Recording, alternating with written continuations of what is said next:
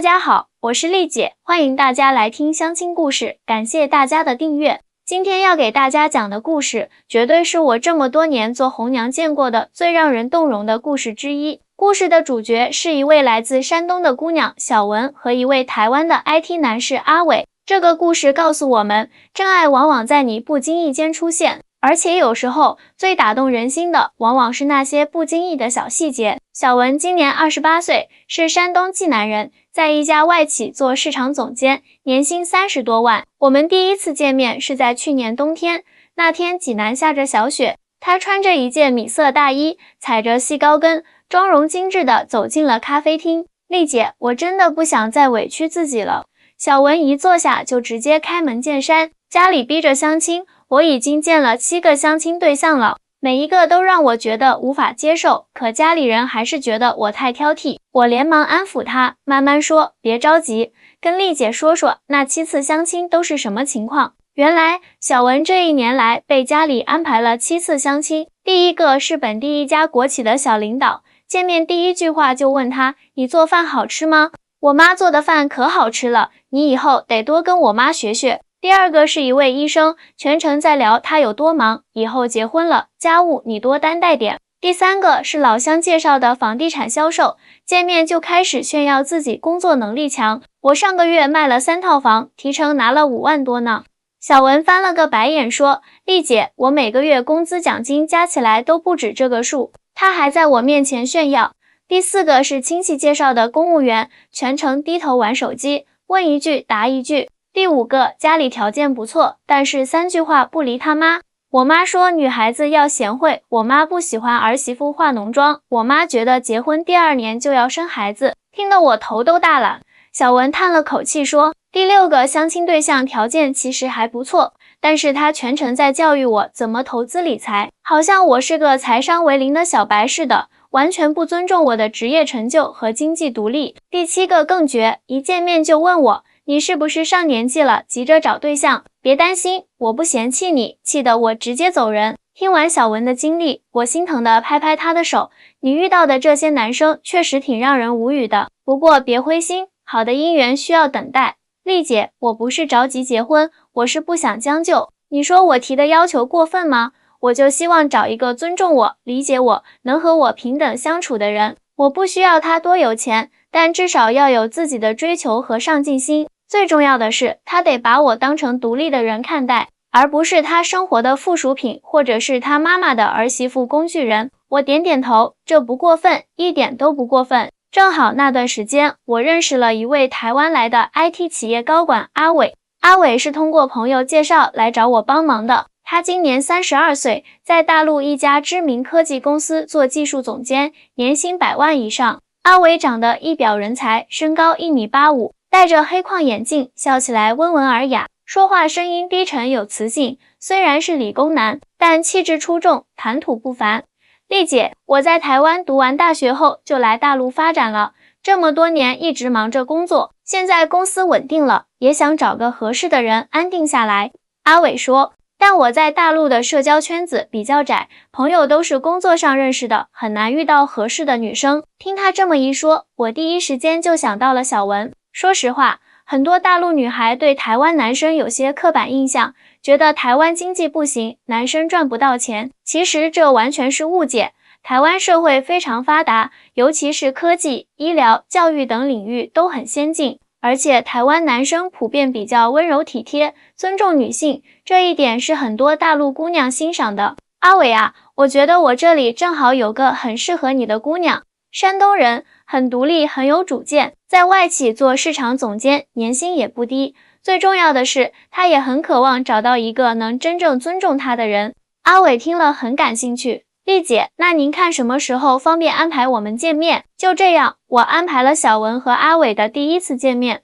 说实话，我当时也有点忐忑，毕竟2人来自不同的文化背景，会不会有代沟呢？再加上小文已经连续被7个相亲对象伤到了，心态上也可能会有些防备。但我相信，只要2个人有缘分，这些都不是问题。见面那天，我特意选了一家安静的日料店。小文穿着一条简约的黑色连衣裙，化了淡妆，看起来既职业又不失温柔。阿伟则穿着藏青色西装，手里还抱着一束向日葵，看起来很阳光。我在心里暗暗为这对组合打了90分，至少外表条件真的很般配。小文，这位是我跟你提过的阿伟，来自台湾，现在是某科技公司的技术总监。阿伟，这位是小文，济南本地姑娘，在外企做市场总监。我做了简单的介绍后，就找借口先离开了，给他们创造独处的空间。临走前，我看到阿伟将向日葵递给小文时，小文脸上露出了今天的第一个微笑。我在心里默默为这对有缘人加油打气，希望这次不一样。事后，小文告诉我，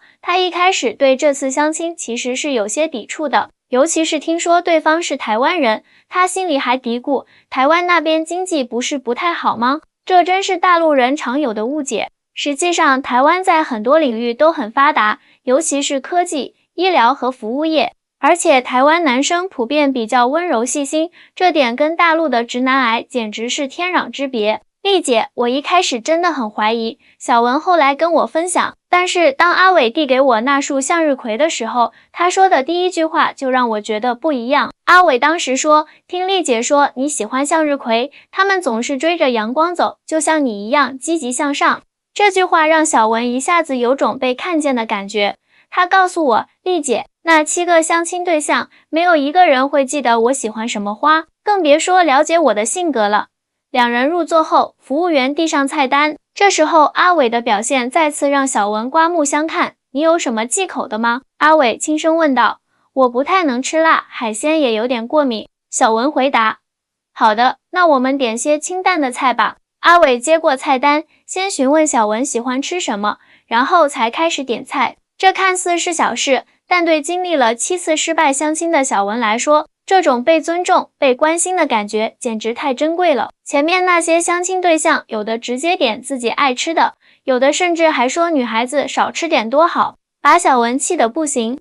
更让小文惊讶的是，阿伟居然对他的工作很感兴趣。我听说你是做市场的，真的很佩服你们。我是技术出身，虽然能把产品做出来，但要让用户喜欢上它，还是得靠你们市场团队。阿伟真诚地说。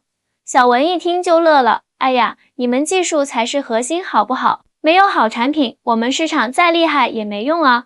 两人就这样聊起了各自的工作。阿伟向小文介绍了他们公司正在开发的新技术，小文则分享了他近期做的一个成功营销案例。阿伟全程认真倾听，不时点头，还会提出一些专业的问题，这让小文感到非常被重视。丽姐，你知道吗？之前那些相亲对象，一听我说工作的事就开始走神，或者干脆打断我说，这些我听不懂。而阿伟不仅听得懂，还能给我一些很好的建议。小文后来兴奋地告诉我，饭吃到一半，小文的手机响了，是公司有个紧急情况需要他处理。小文有些为难地看着阿伟，不好意思，公司有点急事。阿伟马上说，工作要紧，你先忙，需要我帮忙吗？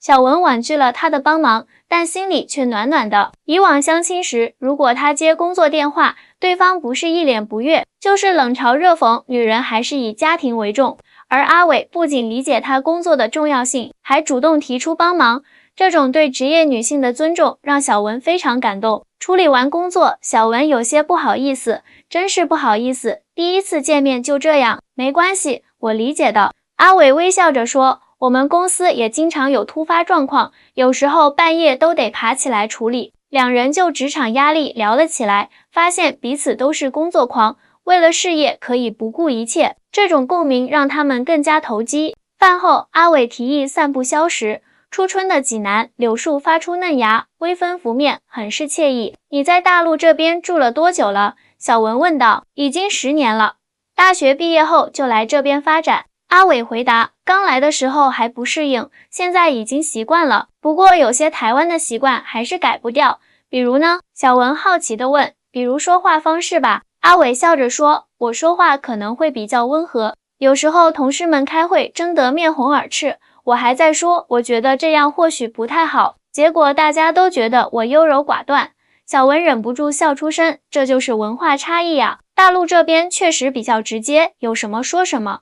台湾那边是不是都比较含蓄？也不全是，阿伟解释道，只是表达方式不同。其实我们也有自己的坚持，只是不喜欢通过冲突的方式解决问题。小文若有所思，这样的相处方式其实挺好的。我前男友就是那种有事不说，憋在心里，然后突然爆发的类型，相处起来太累了。沟通是门艺术。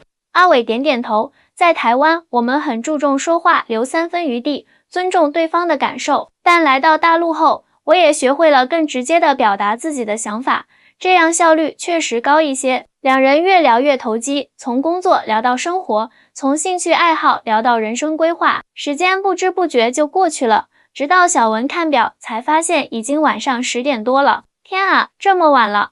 小文惊讶地说，我送你回家吧。阿伟主动提出，不用了，我自己打车就行。小文婉拒道，这么晚了，我不放心。阿伟坚持，至少让我送你上车吧。最后，阿伟不仅帮小文叫了车，还一直等到车来了才离开。这种绅士的举动让小文心里又添了几分好感。第一次见面后，小文和阿伟开始频繁约会。阿伟每次都会记得小文的喜好，从不同的餐厅到他爱看的电影类型，事无巨细地放在心上。有一次，小文随口提到自己喜欢吃台湾的凤梨酥，没想到下次见面，阿伟居然带来了一盒台湾空运来的凤梨酥。我妈妈从台北寄来的，是老字号店里的，应该比较正宗。阿伟不好意思地说。小文尝了一口，眼睛一亮，太好吃了，香甜松软又不腻。这些小细节让小文越来越欣赏阿伟，但真正让他决定就是他了的那件小事，发生在他们认识1个月后。那天，小文的闺蜜结婚，她作为伴娘忙前忙后，婚礼结束已经晚上11点多，小文累得腰酸背痛，她给阿伟发了条信息，今天太累了，明天的约会能不能改时间？阿伟回复得很快，没问题，你好好休息，需要我送点吃的过去吗？你应该没来得及吃饭吧？小文感动地回复，没事，我随便煮点泡面就行了。没想到半小时后，门铃响了。小文开门一看，阿伟居然站在门口，手里提着几个打包盒。我猜你肯定没好好吃饭，所以带了点夜宵来。阿伟笑着说，都是清淡的，这么晚了吃不会难受。小文简直惊呆了，他穿着居家服，素面朝天，头发还乱糟糟的，完全没想到会有人来。你怎么来了？小文结结巴巴地问。送个吃的而已，不打扰你休息。阿伟把食物放在玄关的鞋柜上，我马上就走，你趁热吃。说完，他转身就要离开。这时，小文突然叫住了他，等一下。阿伟回头疑惑地看着他，你要不要进来坐坐？小文忍不住邀请道，不用了，你该休息了。阿伟温柔地说，我只是担心你饿着，明天还是按原计划，我去接你，你多睡会儿。看着阿伟转身离去的背影，小文在那一刻突然眼眶湿润了。这个男人不仅在他光鲜亮丽的时候欣赏他，更在他疲惫不堪的时候关心他。他不求回报的付出，让小文感受到了前所未有的被珍视感，就是他了。小文在心里暗暗做了决定。第二天，阿伟如约来接小文。小文认真地对他说，昨晚的夜宵很好吃，谢谢你。阿伟微笑着说，应该的，看你这么累，我很心疼，为什么对我这么好？小文忍不住问。阿伟想了想，认真地回答，因为你值得被这样对待。就是这句话彻底击中了小文的心。多少年来，他一直在努力证明自己的价值，却很少有人告诉他你值得。而阿伟用实际行动告诉他，他值得被温柔以待，值得被用心对待。小文后来告诉我，丽姐，我那一刻就决定了，这辈子就是他了。在小文和阿伟确定关系后，两人也经历了一些因文化差异带来的小摩擦。记得有一次小文生日，阿伟送了他一条项链，价值不菲。但让小文意外的是，阿伟居然把价格标签忘了拿掉。你怎么不把价格标拿掉啊？小文忍不住问道。阿伟一脸疑惑，在台湾，我们送礼物一般会留价格标，这样对方知道礼物的价值，也方便日后如果不喜欢去换别的。小文哭笑不得，在大陆这边留价格标是很不礼貌的行为，好像在炫耀自己送了多贵重的礼物似的。阿伟恍然大悟，原来如此，看来我还有很多需要学习的地方。还有一次，阿伟去小文家做客，小文妈妈准备了一桌丰盛的饭菜，阿伟每吃完一道菜都会说我吃饱了，结果小文妈妈不断往他碗里夹菜，搞得阿伟很困惑。事后小文解释，在大陆说吃饱了通常是客套话，主人反而会觉得你是在夸菜好吃，所以会更热情的给你夹菜。天啊，难怪你妈妈一直给我夹菜。阿伟恍然大悟，在台湾，我们说吃饱了，主人就真的不会再劝了，因为我们认为尊重对方的感受很重要。小文笑道，以后你就说真的吃不下了，再配上投降的手势，我妈才会放过你。两人因为这些文化差异产生的小插曲，反而拉近了彼此的距离。他们开始互相学习对方的文化习惯，在碰撞中寻找共识。阿伟学会了大陆人的直接和效率，而小文则学会了台湾人的细腻和包容。正所谓一方水土养一方人，两种不同的文化在他们身上融合的恰到好处。小文的父母最初对女儿交往台湾男友有些担忧，毕竟在很多大陆人的印象中，台湾经济不如大陆发达，而且远嫁台湾意味着女儿可能会离自己很远。但当阿伟带着精心准备的礼物登门拜访，用他温和有礼却又不失坚定的态度表达了对小文的真心时，小文的父母也被他打动了。阿姨，我知道您担心我和小文的未来。阿伟诚恳地说，我在大陆工作生活了10年，已经把这里当成第2个家。我不会带小文回台湾定居，我们会留在大陆，常回济南看您和叔叔。这番话打消了小文父母的顾虑，而更让他们感动的是，阿伟不仅说到做到，还主动学习山东的风俗习惯，努力融入小文的家庭。阿伟也带小文去了台湾见他的家人。台湾的生活节奏比大陆慢很多，人们更注重生活品质。小文惊讶地发现，台湾虽然地方小，但处处精致，尤其是服务业非常发达。台湾其实并不像大陆人想象的那么落后。小文后来告诉我，虽然经济总量比不上大陆，但人均收入和生活品质其实很高，尤其是科技、医疗、教育这些领域，有些方面甚至比大陆还要先进。阿伟的家人也非常欢迎小文，他们热情好客，处处为小文着想。阿伟的妈妈还特意学了几道山东菜，虽然味道不够正宗，但这份心意让小文非常感动。阿姨，这个鲁菜做得太好了。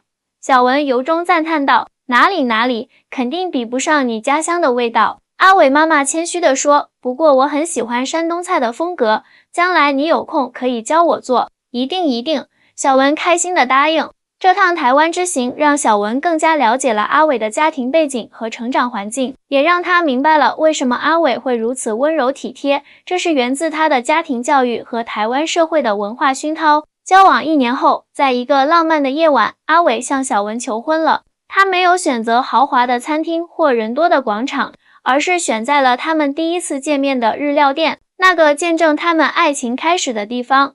小文，认识你是我来大陆最大的幸运。阿伟单膝跪地，掏出一枚钻戒，我爱你的独立自信，也愿意用一生的时间去保护你的这份独立。我不会要求你为我改变，我只希望能陪你一起成长。你愿意嫁给我吗？小文感动得泪流满面，我愿意。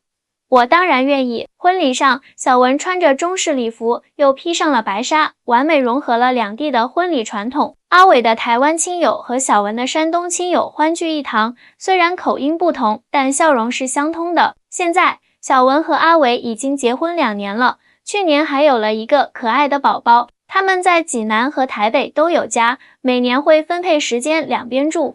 阿伟依然在科技公司担任高管，小文则选择了自主创业，开了一家跨境电商公司，专门做台湾特色产品的进口。丽姐，你知道吗？小文抱着孩子，幸福地对我说，如果不是当初你的介绍，我可能会因为对台湾的刻板印象而错过阿伟。现在我才知道，爱情没有地域之分，真正合适的人才是最重要的。听完小文和阿伟的故事，我相信大家和我一样，感到无比欣慰和感动。这个故事告诉我们几个道理。第一，不要将就。小文拒绝了7次相亲，坚持自己的标准，最终等来了真正尊重他、爱他的人。很多姑娘害怕年龄大了嫁不出去，就随便找个人凑合，结果婚后痛苦不堪。与其将就一段不幸福的婚姻，不如勇敢等待真爱的到来。第二，跨文化恋爱虽然有挑战，但也充满惊喜。小文和阿伟来自不同的文化背景，但他们用包容和理解化解了文化差异带来的摩擦，反而因此拥有了更丰富的生活体验。第三，不要被刻板印象束缚。很多大陆姑娘对台湾男生有偏见，认为台湾经济不行，嫁过去会苦。事实上，台湾社会发达程度很高，尤其是在科技、医疗、教育等领域。更重要的是，台湾男生普遍比较温柔体贴，对女性非常尊重，这些优点是不能用金钱衡量的。第四，真正打动人心的往往是细节。阿伟赢得小文芳心的不是豪车名表，而是在他最疲惫时送上的一份夜宵，是那句你值得被这样对待的肯定。爱情不在于轰轰烈烈的表白，而在于日复一日的用心呵护。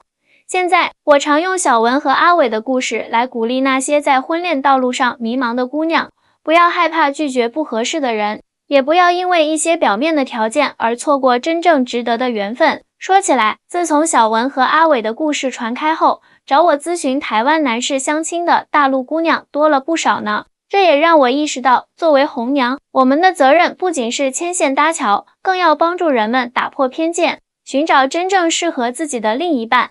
最后，送给所有还在等待真爱的姑娘们一句话：宁缺毋滥，坚持自己的标准，总有一天你会遇见那个愿意用心经营爱情的人。